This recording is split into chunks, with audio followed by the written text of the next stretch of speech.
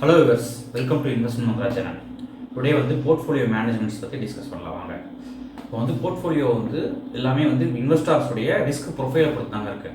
அவங்க ரிஸ்க் எடுக்கிறத பொறுத்து தான் போர்ட்ஃபோலியோ எப்படி மேனேஜ் பண்ணலாம் அப்படின்றது இருக்குது. பொதுவாக ஸ்டாக் மார்க்கெட்டில் இன்வெஸ்ட் பண்ணும்போது நம்ம இன்வெஸ்ட் பண்ண வரோம் அப்படின்னா குறைந்தது ஒரு 5 ஆண்டுகளுக்கு அந்த பணம் நமக்கு தேவைப்படக்கூடாது. அந்த பணத்தை வச்சு எந்த ஒரு கமிட்மெண்ட்டும் இருக்கக்கூடாது. ஸோ அதுக்குள்ளே நம்ம எதிர்பார்த்த ரிட்டர்ன்ஸ் கிடைச்சதுன்னா அதை நம்ம செல் பண்ணிட்டு புக் பண்ணிடலாம், ப்ராஃபிட்டை புக் பண்ணிடலாம். ஸோ இது ஒரு டேர்ம்ஸு. அடுத்து இண்டிவிஜுவல் ஸ்டாக்ஸில் இன்வெஸ்ட் பண்ணாதீங்க. ஃபஸ்ட் எடுத்து இண்டிவிஜுவல் ஸ்டாக்ஸில் இன்வெஸ்ட் பண்ணாதீங்க. இந்த ரிஸ்க் கேட்டகரி வச்சு 3 வகையாக பிரிக்கலாம். ஒன்று conservative portfolio or low risk portfolio. Second one பார்த்தீங்கன்னா moderate portfolio, medium risk portfolio. Third one aggressive portfolio, high risk portfolio. 3 வகையாக பிரிக்கலாம். இந்த கன்சர்வேட்டிவ் போர்ட்ஃபோலியோவில் ஸ்டாக் மார்க்கெட் பற்றி எனக்கு எந்த ஒரு நாலேஜும் கிடையாது, நான் இப்போ தான் புதுசு அப்படின்றவங்க இந்த கன்சர்வேட்டிவ் போர்ட்ஃபோலியோவில் இன்வெஸ்ட் பண்ணலாம். இந்த போர்ட்ஃபோலியோவில் எப்படி நம்ம ஃபண்ட்ஸ் இன்வெஸ்ட் பண்ணலாம்னு பார்த்தீங்கன்னா, பொதுவாக நம்ம எங்கேயும் போனால் நிஃப்டி இண்டெக்ஸ் ஃபண்ட்ஸில் இன்வெஸ்ட் பண்ணிடலாம்.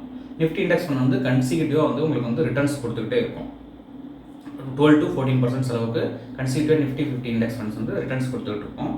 ஸோ இதில் இன்வெஸ்ட் பண்ணும்போது நமக்கு மினிமம் ரிஸ்க் தான், gain maximum gain. Comparatively other செக்மெண்ட்டில் இன்வெஸ்ட் பண்ணுறதோட கம்பேரிட்டிவ்லி இதில் மேக்ஸிமம் கெயின்ஸ் எடுத்துகிட்டு வந்துடலாம். சப்போஸ் நம்ம புதுசாக நம்ம மார்க்கெட்டை பற்றி எதுவும் தெரியாமல் எந்த ஒரு நாலேஜும் இல்லாமல் நம்ம ஸ்டாக்ஸில் டேரெக்டாக இன்வெஸ்ட் பண்ணோம் அப்படின்னா என்ன ஆகும்னா, ராங் டைமில் நம்ம இன்வெஸ்ட் பண்ணிவிடுவோம், ராங் டைமில் பை பண்ணிவிடுவோம், ராங் டைமில் செல் பண்ணிவிடுவோம். ஸோ அதனால் நமக்கு லாஸ் கூட ஏற்படும். ஒரு உதாரணத்துக்கு நம்ம கேபிட்டல் வச்சுட்டு வரோம், ஒரு 50,000 கேபிட்டல் வச்சுட்டு வரோம், இன்வெஸ்ட் பண்ணிடுறோம். அதை இன்வெஸ்ட் பண்ணோம்னா அந்த 50,000 25,000 ஆகிடுது, 30,000 ஆகிடுது அப்படின்னா அப்போ உங்களுடைய மனநிலை எப்படி இருக்கும் அப்படின்றது தான் பொறுத்தாக இருக்குது. பயம் ஃபியர் நம்ம விற்றுருவோம். ஸோ அதனால் அந்த ரிஸ்க்கை பொறுத்து தான் நம்ம இந்த போர்ட்ஃபோலியோவை கன்ஸ்ட்ரக்ட் பண்ணிக்கணும், எதில் இன்வெஸ்ட் பண்ணலாம் அப்படின்னு சொல்லிட்டு இன்வெஸ்ட் பண்ணிக்கணும். அடுத்த செகண்ட்னு பார்த்தீங்கன்னா மாடரேட் போர்ட்ஃபோலியோ. இந்த மாடரேட் போர்ட்ஃபோலியோ ரிஸ்க் கொஞ்சம் கூட, அதை கூட ரிட்டர்ன்ஸும் அதை விட கொஞ்சம் கூட. நம்ம இதில் எப்படி இன்வெஸ்ட் பண்ணிக்கலாம்னு பார்த்தீங்கன்னா, 100 ரூபா இருக்குது அப்படின்னா இண்டெக்ஸ் ஃபண்ட்ஸில் ஒரு 40 ரூபா, பாக்கி உள்ள 60 ரூபாவில் ஒரு 40 ரூபா அதர் மியூச்சுவல் ஃபண்ட்ஸு. நிறைய மியூச்சுவல் ஃபண்ட்ஸ் இருக்குது. நீங்கள் ஒரு 10 வருஷம் ஹிஸ்ட்ரியில் பார்த்தீங்கன்னா இந்த கனரா ரொபேக்கோ, அப்புறம் குவாண்ட் மியூச்சுவல் ஃபண்ட்ஸு, இவங்கெல்லாம் கன்சிஸ்டண்டாக நல்ல ரிட்டர்ன்ஸ் கொடுக்குறாங்க. இது நிஃப்டி 50 ஃபண்ட்ஸை விட, அந்த இண்டெக்ஸை விட ரிட்டர்ன்ஸ் அதிகமாக தராங்க. ஸோ அதனால் அதில் கொஞ்சம் இன்வெஸ்ட் பண்ணிக்கலாம். அடுத்து ரிமைனிங் ஒரு 20% ஸ்டாக்ஸ், அதாவது டிஃபென்சிவ் ஸ்டாக்ஸில் இன்வெஸ்ட் பண்ணிக்கலாம். அந்த ஸ்டாக்ஸை பிக் பண்ணும்போது ஸ்டாக்ஸ் தரக்கூடிய ரிட்டர்ன்ஸ் இந்த மியூச்சுவல் ஃபண்ட்ஸோ இந்த இண்டெக்ஸ் தர ரிட்டர்ன்ஸை விட கூட பிக் பண்ணும்போது நமக்கு கெயின் நல்லாவே இருக்கும். ஒரு உதாரணத்துக்கு இப்போ மார்க்கெட் ஃபால் ஆகுது அப்படின்னு பார்த்தோம். பொதுவாக கோவிட் டைமில் ஃபால் ஆச்சு, சப்போஸ் ரிசெஷன் டைம் வருது ஃபால் ஆச்சு.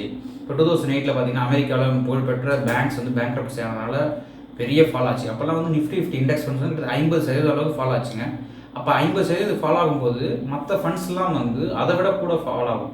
ஏன்னா நிஃப்டி 50ல் ஸ்ட்ராங்கஸ்ட் கம்பெனி தான் இருக்குது. அதாவது டாப் 50 கம்பெனிஸ் இந்தியாவில் எது இருக்கோ அதுதான் இருக்குது. அதுவே ஃபால் ஆகும்போது சின்ன சின்ன டைமில் ஏமாந்துடும், அதுவும் ஃபால் ஆகிடும். ஸோ ஃபால் ஆகும்போது நமக்கு அந்த ஃபியரே இருக்கக்கூடாது. நம்ம கான்ஸ்டண்ட்டாக அமைதியாக இருக்கணும். அந்த டைமில் ஒன்று இன்வெஸ்ட் பண்ணணும், இல்லை இன்வெஸ்ட் பண்ணலைன்னா அமைதியாக விட்டுடணும். ஸோ மார்க்கெட் திரும்ப இறக்கத்தில் இருந்தால் திரும்ப ஏறத்துக்கு தானே வாய்ப்பு. ஸோ அதனால் ஏறும், கண்டிப்பாக ப்ராஃபிட்டை புக் பண்ணிக்கலாம். தேர்ட் ஒன் அப்படி பார்த்தீங்கன்னா அக்ரெசிவ் போர்ட்ஃபோலியோங்க. Aggressive portfolio high risk portfolio. ஓரளவு எக்ஸ்பீரியன்ஸ் மார்க்கெட்டுக்கு இந்த மியூச்சுவல் ஃபண்ட்ஸ் இதெல்லாம் இன்வெஸ்ட் பண்ணிட்டு கொஞ்சம் ஸ்டடீஸ் பண்ணிட்டு இதில் இன்வெஸ்ட் பண்ணிங்கன்னா கொஞ்சம் பெட்டராக இருக்கும். இதில் நிறைய ஸ்டாக்ஸ் இருக்குது. நிறைய இப்போ கிட்டத்தட்ட 10,000 ஸ்டாக்ஸ் மேலே இருக்குது மார்க்கெட்டில். மைக்ரோ ஸ்டாக்ஸ் இருக்குது, அதாவது மேக்ரோ ஸ்டாக்ஸ் இருக்குது, ஸ்மால் கேப் ஃபண்ட்ஸ் இருக்குது, லார்ஜ் ஸ்டாக் இருக்குது, ஜெயின் ஸ்டாக்ஸ் இருக்குது. சின்ன சின்ன கம்பெனிஸ்லாம் நல்லா வளரக்கூடிய கம்பெனிஸ்லாம் நம்ம இன்வெஸ்ட் பண்ணோம்னா ரிட்டர்ன்ஸ்லாம் ஒரு வருஷத்துக்கே நீங்கள் 100%, 200%, 300%லாம் எடுக்கலாம். ஸோ அதை பார்த்து கரெக்டான டைமில் கரெக்டாக இன்வெஸ்ட் பண்ணணும், கரெக்டாக ப்ராஃபிட்ஸை வெளில எடுக்கணும். ஸோ பொதுவாக இதை நம்ம ரிஸ்க்கை பொறுத்து தான் இருக்குது. அந்த நம்ம ரிஸ்க்கு இப்போ நாணயத்தில் 2 பக்கங்கள் இருக்கிறதுனால, தலையும் பூவும் இருக்கிறதுனால ரிஸ்க்கு நம்ம எந்த அளவுக்கு அதிகமாக எடுக்கிறோமோ ரிவார்ட்ஸும் அந்தளவுக்கு அதிகமாக இருக்கும்.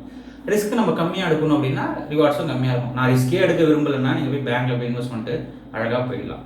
ஸோ அதனால் ரிஸ்க்கு இருந்தால் கண்டிப்பாக நமக்கு ரிவார்ட்ஸ் இருக்குது. இன் லாங் டேர்ம் பர்ஸ்பெக்டிவ்ல எதையுமே நான் ஷார்ட் டேர்ம் பர்ஸ்பெக்டிவ்ல சொல்லலை. ஷார்ட் டேர்மாக பார்க்கும்போது நம்ம அடுத்தே ஏதாவது ஒரு பேண்டமிக் வருது, கோவிட் மாதிரி ஒரு பேண்டமிக் வருது நெக்ஸ்ட் இயர்ஸ் அப்படின்னா மார்க்கெட் ஃபாலோ ஆகும். ஸோ இதெல்லாம் வச்சு நம்ம சொல்ல முடியாது. லாங் டேர்மில் நீங்கள் இன்வெஸ்ட் பண்ணிங்கன்னா கண்டிப்பாக உங்களுக்கு அஷ்யூர்டு ரிட்டர்ன்ஸ் டிஃப்ரெண்ட்டாக இருக்குது.